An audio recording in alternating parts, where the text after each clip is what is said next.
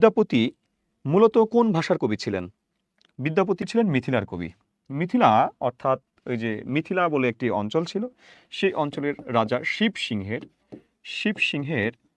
সভাকবি ছিলেন বিদ্যাপতি। শিবসিংহের সভাকবি ছিলেন, ঠিক আছে। তার কিছু উপাধি ছিল কি? কবি কণ্ঠহার, কবি কণ্ঠহার ছিল মৈথিল কোকিল, কবি কণ্ঠহার মৈথিল কোকিল। তারপরে ছিল অভিনব জয়দেব। তার উপাধি ছিল পণ্ডিত ঠাকুর। তার কৌলিক উপাধি বা পারিবারিক যদি উপাধির কথা বলি, পারিবারিক উপাধি ঠাকুর বা ঠাকুর না ঠক্কুর মেবি ঠক্কুর, যেটাকে আমরা ঠাকুর বলি। হ্যাঁ, এটা হচ্ছে তার পারিবারিক উপাধি, ঠিক আছে। তিনি বৈষ্ণব পদ রচনা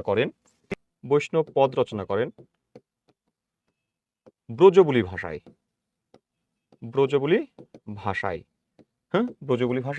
তিনি চৈতন্য পূর্ববর্তী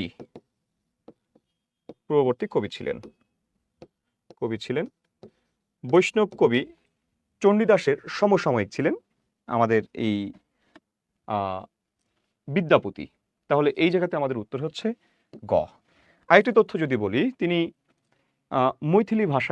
মৈথিলিত কবি ছিলেন। তিনি ব্রজবুলি ভাষায় সাহিত্য রচনা করেছেন।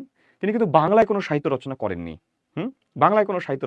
তিনি ব্রজবুলি ভাষায়, একটি উপভাষা বা আঞ্চলিক ভাষা বা কৃত্রিম ভাষা ব্রজবুলি ভাষা, এই ব্রজবুলি ভাষায় তিনি সাহিত্য রচনা করেছেন। তিনি অপভ্রংশ ভাষায় সাহিত্য রচনা করেছেন।